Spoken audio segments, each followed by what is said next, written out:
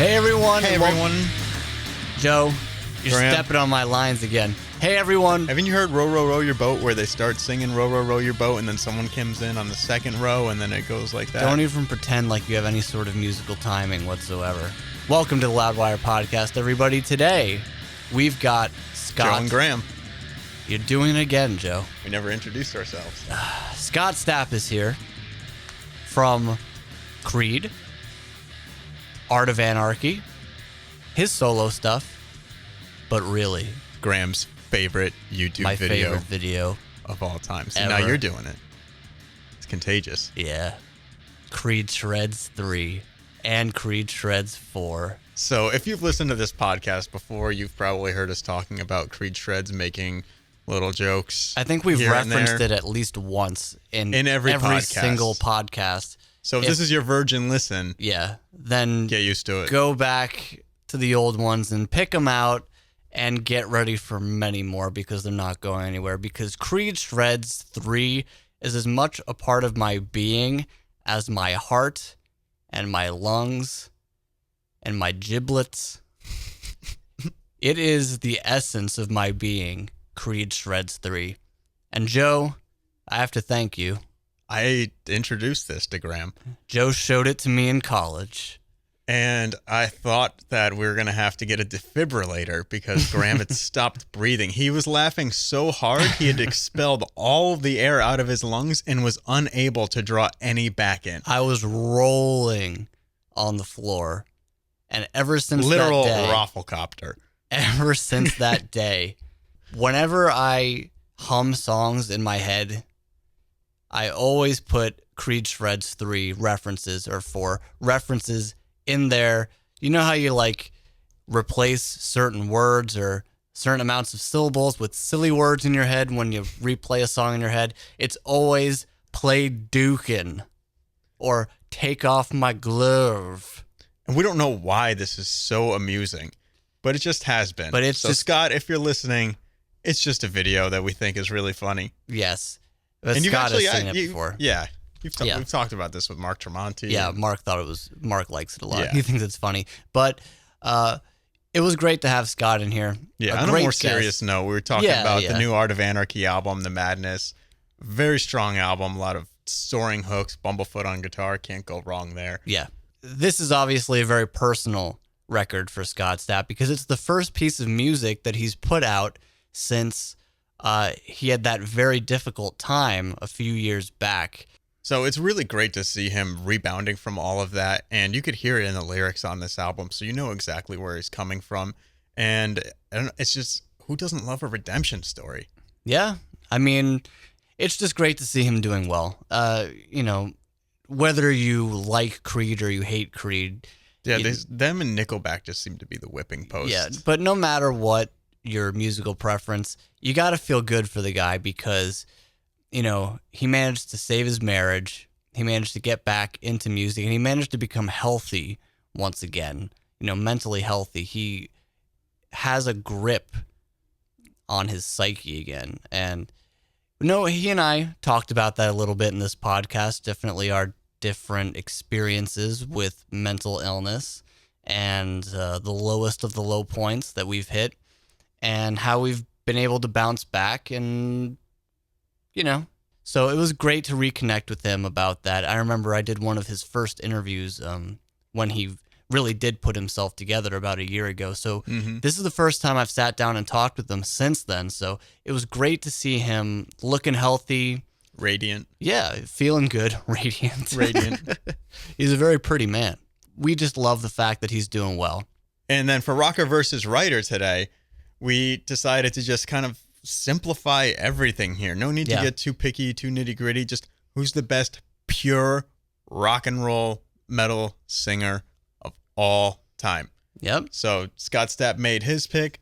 I made mine. You could hear that a little bit later coming up. So you're going to hear that conversation right now with us and Scott Stapp. So get ready, everyone, to sit down. And shout!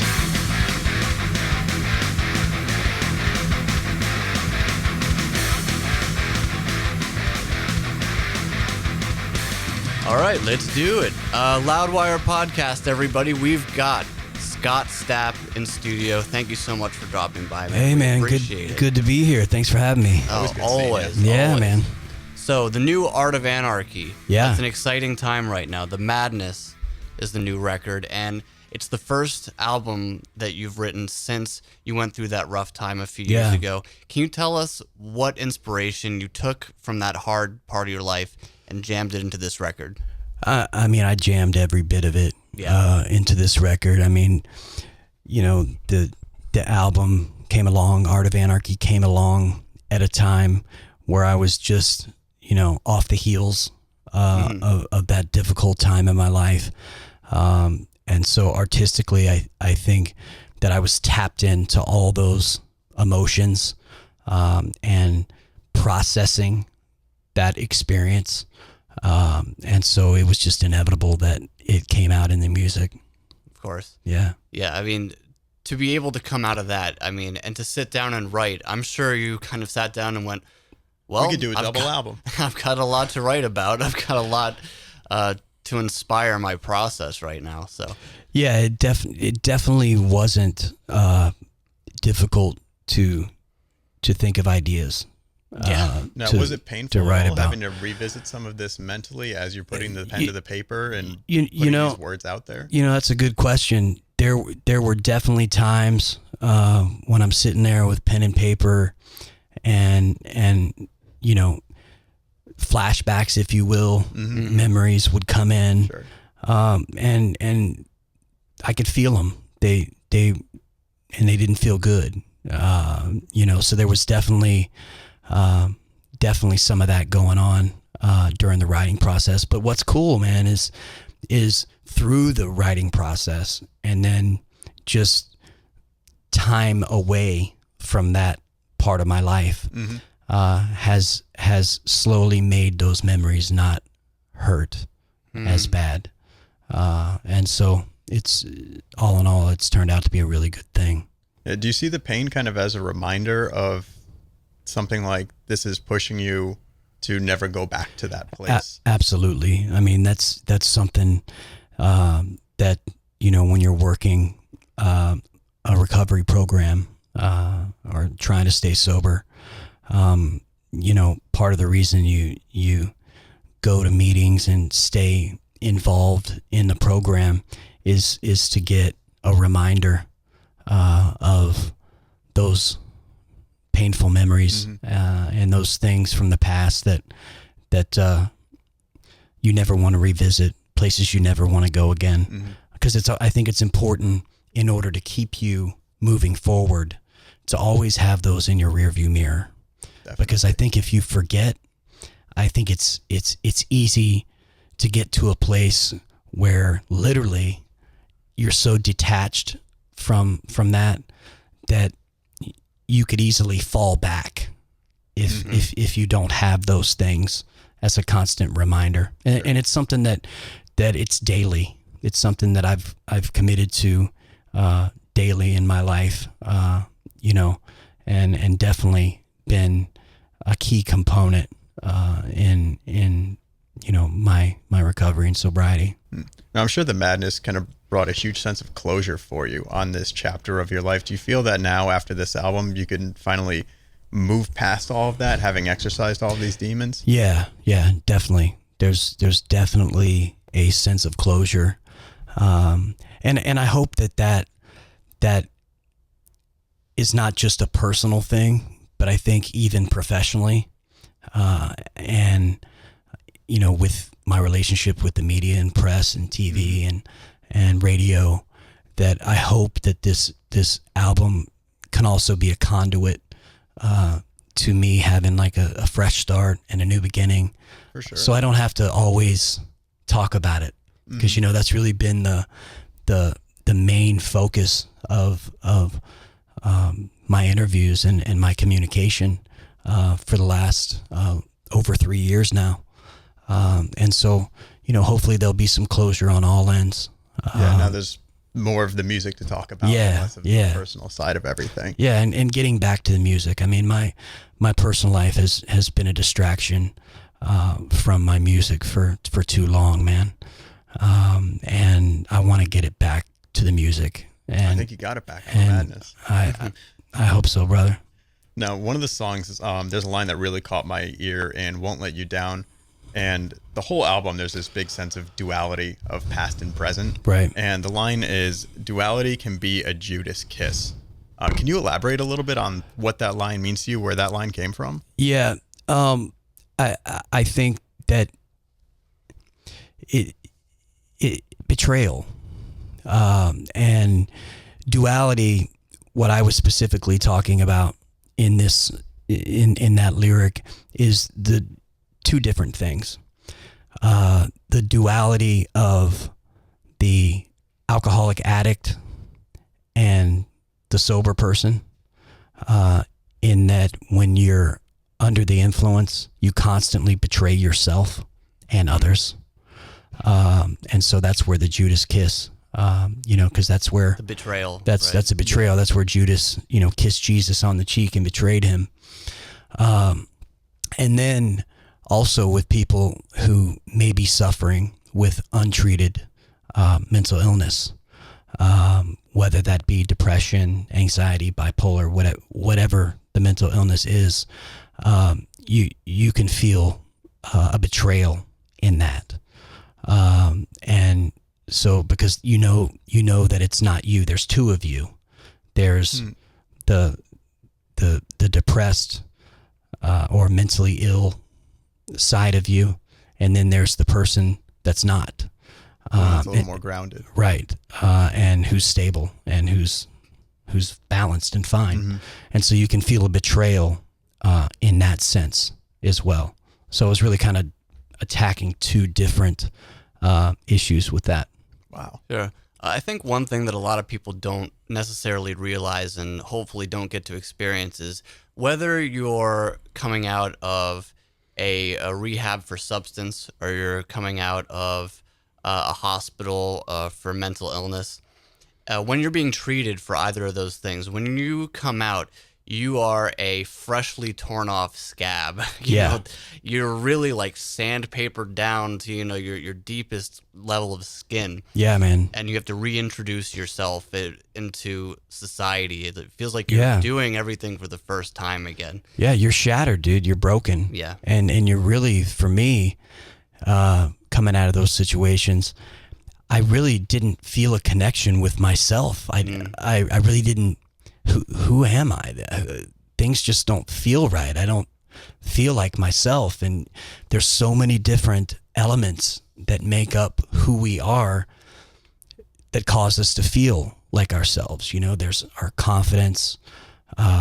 There's our experience in life that have been positive, our relationships with people, our interactions with people, and many other things that make us who we are. And when you're coming out of those situations, every single one of those things has been completely destroyed. Mm-hmm. And so it's I think the Foo Fighters had a song, "Learning to Walk Again." Yes. I don't know the name of the song, but the line that I remember from the song was "Learning to Walk Again." And I don't know the name of the song. That could be it, but I don't think so. I think that's just a lyric. And that's exactly how it feels. You're all of a sudden everything has changed, and you're relearning not only who you are, but how you assimilate into life. And it's a process, man. It takes time. You're also terrified of experiencing emotion. Yeah. Because you come out, and it's not just, terrified of feeling the negative stuff again. It's you come out and you are so raw, and even just delving into the positive stuff is uncomfortable. Yeah. So were you at all afraid of putting pen to paper, writing lyrics for a record like this? I wasn't afraid. Okay. To actually write. Mm-hmm. My biggest fear was, can I still write? Gotcha. Because I felt so disassociated from who I am and felt so lost that I questioned internally. This isn't anything I shared with anybody, but I questioned, like, can I still do this? Because I, again, didn't feel like myself for a long period of time. Yeah. And, you know, I spoke with a really close friend of mine, my sponsor, and he's like, dude, you just got to walk through the fear and dive in, man. He's like, I have full confidence that it's just going to come to you like it always has. And then my wife, again, was another huge supporter and encouraging me that just dive in, man. I mean, it's who you are. It'll come out. And I did. And once I wrote the lyrics and melodies for the first song, and I can't remember exactly which one that was that I finished first. After that, it was all downhill. I just had to walk through that first one. Would you say having a guy like Bumblefoot in the band has been essential to all of this process? I mean, not many guys throw out more positivity than him. You know, everyone in this band has been an essential part of this record and this process. And you know, John Moyer, so talented. You know, a lot of people don't know he's more than just a bass player. He's a producer. He can sing, he can songwrite. You know, Army knife. Yeah. You know, Bumble, everyone knows what Bumble can do. Not only is he one of the most talented guitar players on the planet, but he's a tremendous songwriter in his own right. And he can sing his ass off too. He can sing. Yeah. And these are good, positive guys. Totally. You know, a lot of people aren't familiar totally with John and Vince Voda, but you know, John Voda is a riff machine. I mean, he really comes up with great ideas just on an instant. It was very it was awesome when we all first sat in a room together, because I never knew anything about the twins, to really see that, wow, this dude's talented, man. I mean, he's a riff machine. He can just go from one to the other. You like this, like that, like this, like that, like that, and just go. And you know, all the guys are very positive. You know, Vince Voda really laid down some amazing drums on this record, and also has a very good musical ear. And you know, his contributions, aside from just drumming, were made on this record. And this was a very collaborative effort. I mean, we each had our roles. You know, my primary role being, you know, the lyrics and the melodies. Sure. I was also very involved in the arrangements of the songs, but everyone had a role, and everyone contributed, and we did this very organically. You know, we got together for the first time in John Voda's basement, man, and sat around just riffing, throwing out ideas. You know, had a drum kit in there, speakers in there, you know, set up old school style, you know, no PA. Eventually they got 2 PA speakers so I could hear a little bit of myself in the room. And we just started freestyling, man, and doing what a band does, going to the wood shop, man, and just trying to create. And whatever, we'd catch a vibe on something, we'd go down that rabbit hole and see if it turned into something. And we very quickly,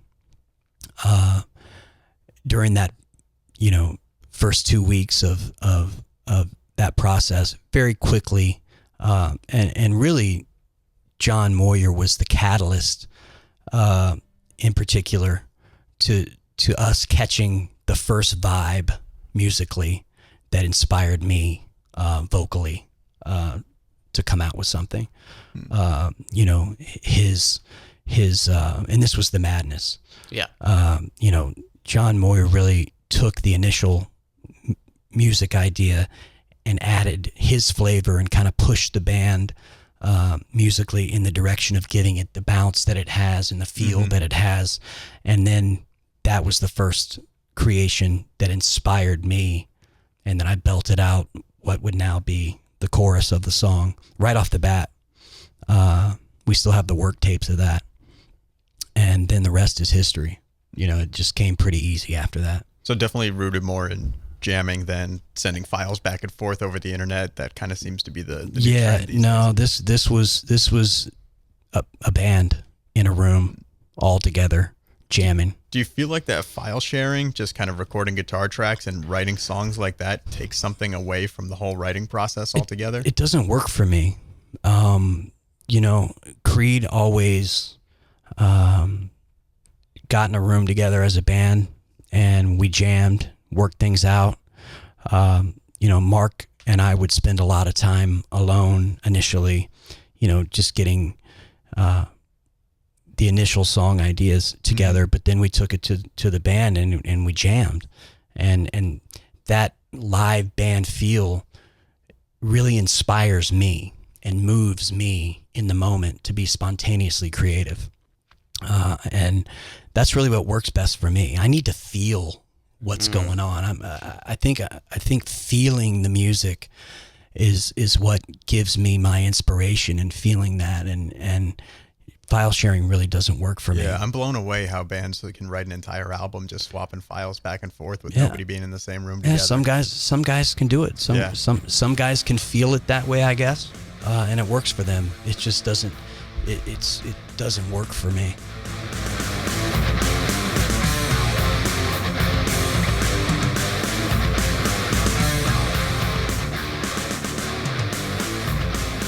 Let's get into some rocker versus writer.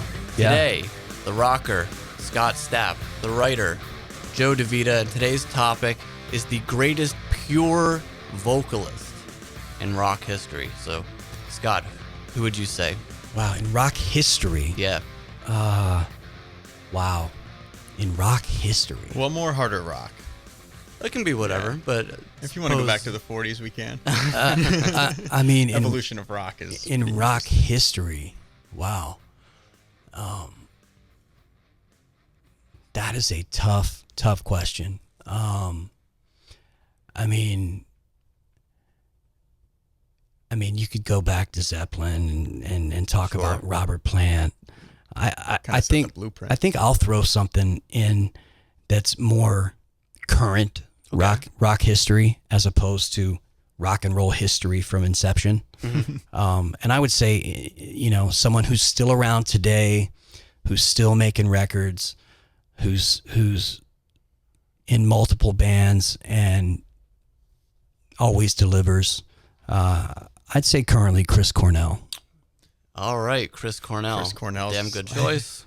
Yeah, it's when we had Zach Wilde on the podcast, we were talking about guitar players, and he was saying, it's not who's the best, it's what moves you. Yeah. And it's impossible to listen to any recording with Chris Cornell and not just be completely moved by his voice. Yeah. That said, though, I'm going to take Rob Halford from Judas Priest, as everybody knows. I mean, that's one of the biggest vocal ranges. Like, if you listen to Dreamer Deceiver off Wings of Destiny, and he's just got that high croon, and then right when the solo comes in, he just belts it out so high. That was the first track. I mean, I'd listened to a bunch of Judas Priest, but when I first heard that song, I was like, I've never heard anybody with those capabilities before. He blew my mind. A couple months ago, I did a television show on Comedy Central called Comedy Jam. It's going to be coming out. The rock and comedy. Yeah, rock and comedy hybrid. Yeah.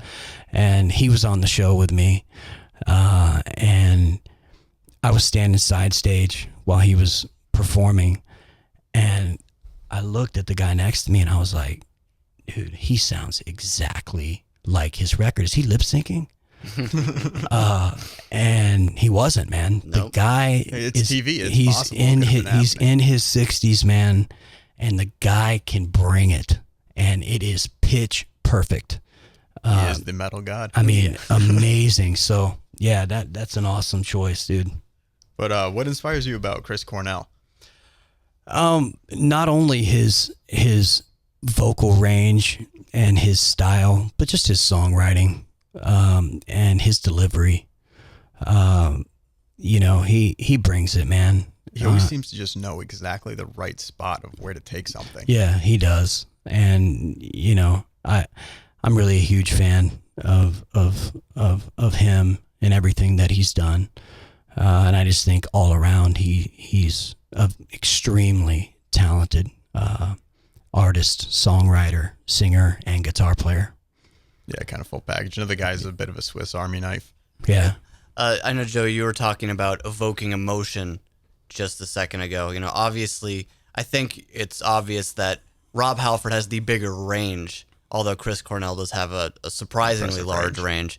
But do you think Chris Cornell, I think where he might edge Halford out is evoking of the emotion, because he comes from a more evocative place, and I think Halford comes from more of like a, I don't want to say fun, but more of a purely entertaining place. Yeah, I mean, emotion can encompass a myriad of different feelings. I mean, like when I hear Rob Halford, I just like, you know, it's the fist in the air and you want to go out and buy a T-top and blast Judas Priest and break the law on the highway. And you want to go hot rocking. Yeah. Heading out to the highway. Yeah. But I think, like, as far as the emotion goes that you're talking with Chris Cornell, it's just that soulful delivery where it's just... He can do so many different things to evoke emotion, man. Mm-hmm. From the soulfulness to, you know, the top end of his range when he gets metal and aggressive, to his choice of melodies, and how the melody in itself, despite what he's saying, can incite emotion. So I think he'll go down in history as one of the greats. Oh, he's already there. Yeah. For me, a guy, you know, since we're talking about Halford and Cornell, a guy who embodies all the best parts of both of those guys is Freddie Mercury, because he's a guy who makes you want to just like raise your arms up and like party and just have a great time. And then he'll bring you to tears with some of the other stuff that he's saying. Yeah. And just as a pure performer, in my opinion, hands down, the best frontman that's ever lived. Like the greatest gift to rock music that's ever been received by us as people. Like a true god in, you know, human skin. He was. He's a showstopper every way you look at it. Yeah, absolutely. Yeah. There's no arguing with that. Yeah, I think Graham might have just bested the both of us. I don't know. I'm just saying, like, for me, Freddie is like the pure full package. Like, yeah, I think Rob Halford would be the first to admit that too. He's talked about Freddie Mercury pretty recently. Yeah, I think he did for sure. He's saying how he still finds inspiration from Freddie Mercury. Yeah, getting tongue tied from Freddie Mercury all these years later. Yeah. How could you not? The guy is he was just an absolute you never got to see Queen live, did you? No, I didn't. No? Oh my God. I think that's one show, if I could ever see someone come back and see them perform at their best, it would be Queen any day. I mean, I would take him over I think anybody ever. Even it's one of those. I would take him over John Lennon in a Beatles reunion. Wow. I mean, that's a big statement for me, because I think Paul McCartney's like the incarnate son of God. But like, but I mean, Freddie, just to feel that power in an arena with Queen with him. I mean, let's talk about that. One person you could bring back and see live that maybe you never got to see? Oh, wow. I mean, Queen would have to be up there, man. Mm-hmm. I mean, you brought up the right band. Yeah. I think I'd have to go with your Queen. All right. I mean, I saw Dio 6 times, and I'll still go with Ronnie James Dio. Oh, I missed him. I never got to see Dio, man. I never got to see him. No, me and I will always regret that. When Heaven and Hell did that first reunion tour, I'd taken too many days off of work and couldn't go. One of my friends was at the show. He held his phone out the whole time, so I grabbed 2 cordless phones. I think I was like 16 or something, and I held them both up to my ears. It was the best show I never went to. Wow. Oh, man. All right, everyone. So that's rocker versus writer for you. Let us know who your greatest pure vocalist is in the comment section below. So to finish this off, I think maybe one of the best things that we can do with this podcast is to continue smashing the stigma of mental illness. To be perfectly honest, I mean, a lot of parts of your story, Scott, are not all that different from my story. Like, I've gone through some bad stuff. I mean, like, it's funny that this happened on this day because almost 7 years ago to the day, Joe, he drove me to the psych I remember ward. this vividly. Yeah, we were in college. He drove me to the hospital just because We had just finished watching an episode of South Park, and we were in college, and I was sitting in my room, and Graham approaches me with the bag packed, somber face, and holds his keys out and just says, "You need to drive me to the hospital." Yeah, right it now." was that point. It was just at that point. And so there's one thing. I don't mean to be corny about it, but to show that you can come back from it and Absolutely. turn your life around. Yeah, and man. no matter how hopeless you feel in those situations, when you don't want to die, you just know it's over. Yeah. When you hit that point, when you know it's over for me. Yeah. You can come back from that. Absolutely. And also, to maybe lighten things up a bit, when you stay in the psych ward, like, tell me those aren't the longest days of your life when you're in there. It is bad. Those minutes tick by so slowly. Yeah, it's not good.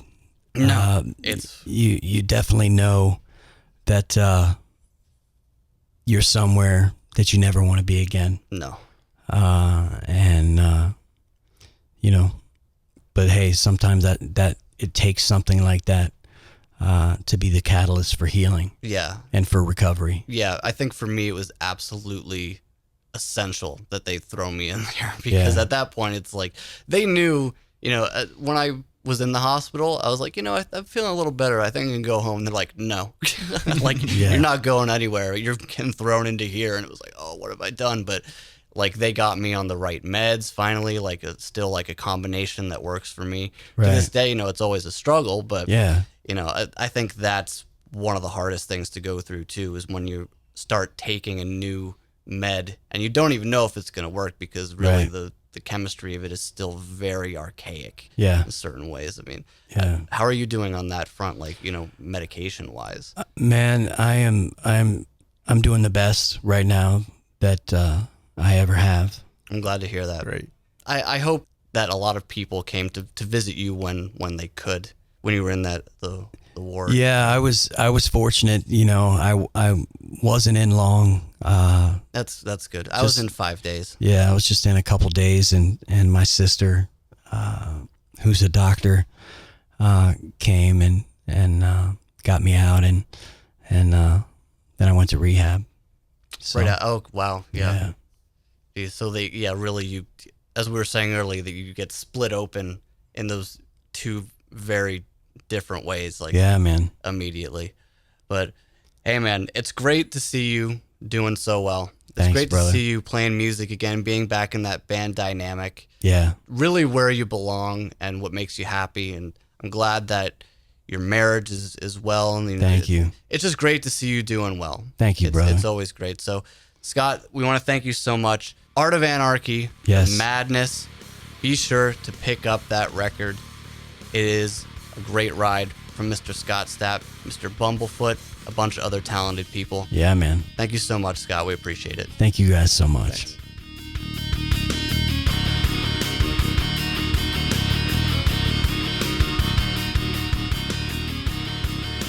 And there he goes, Scott Stapp, everybody. See? He's doing well. I'm happy to see it. Yeah, that was really cool that you shared that story too, especially when, we were talking about sharing the message of stamping out this stigma about mental illness. Mm-hmm. And it's one thing for people to see somebody on such a huge platform, a star like that, Yeah. kind of hit those lows, because we've seen it happen to so many guys before. But to see somebody, not on that platform, just more of the everyday guy, that might be a little bit more relatable too for some people, to see that, this is happening across the board no matter what you're going through. So to share that, I thought was pretty awesome. I talked to him about it a little bit the last time I saw him, but I didn't go in too much depth. We were really talking about his recovery. But I'm glad I got to talk about that with him. And, after the mics shut off, he, told me, like, he appreciated it. And we kind of had a little moment of just like, yeah, just hang in there and, keep it positive. Keep Always fighting good to for have a that supporting PMA. cast around you. What's that? Always good to have a supporting cast around you. Yeah. So, when you meet someone who's gone through similar stuff, you vibe with them and you appreciate how difficult their rebound is, because it really does feel like starting from zero again. You feel raw, like as we said, it's like a rebirth of like everything feels weird and new and scary, and it just kind of touches everything, hits a nerve, like no matter what it is. So I'm glad to see him doing so well. I'm glad that you checked out this episode of the Loudwire podcast. Check out loudwire.com for all your daily rock and metal news. Follow us on Facebook, on Twitter, on Instagram. You can follow me, Graham, on Twitter at GrahamWire. You can follow me, Joe, on Instagram at Ice Nerve Shatter. You can follow me on Twitter too at Ice Nerve Shatter if you want. One word, Godflesh song. Check it out. Yeah. But I don't post anything on Twitter. Terrible. I hate Twitter so much. Terrible. Instagram rules though. Yeah, especially if you follow Rob Halford's Instagram. Oh, it's the best. Instagram out there. There was one at Christmas time, and he was just wrapped up in a bunch of paper around a door, and it's like, who wants to open me for Christmas? And it's so cool just seeing like a silly side of such like this huge metal personality. Yeah, and just to see like, best. Yep, like he's a goober just like the rest of us. Yeah. Hi, Rob, if you're listening. Hey, Rob. Subscribe to us on YouTube if you'd be so kind. Subscribe to us on iTunes. Leave us 5 stars. If you would be so kind, we would greatly appreciate it. Thank you so much for listening, everybody. We'll see you next time. They do good.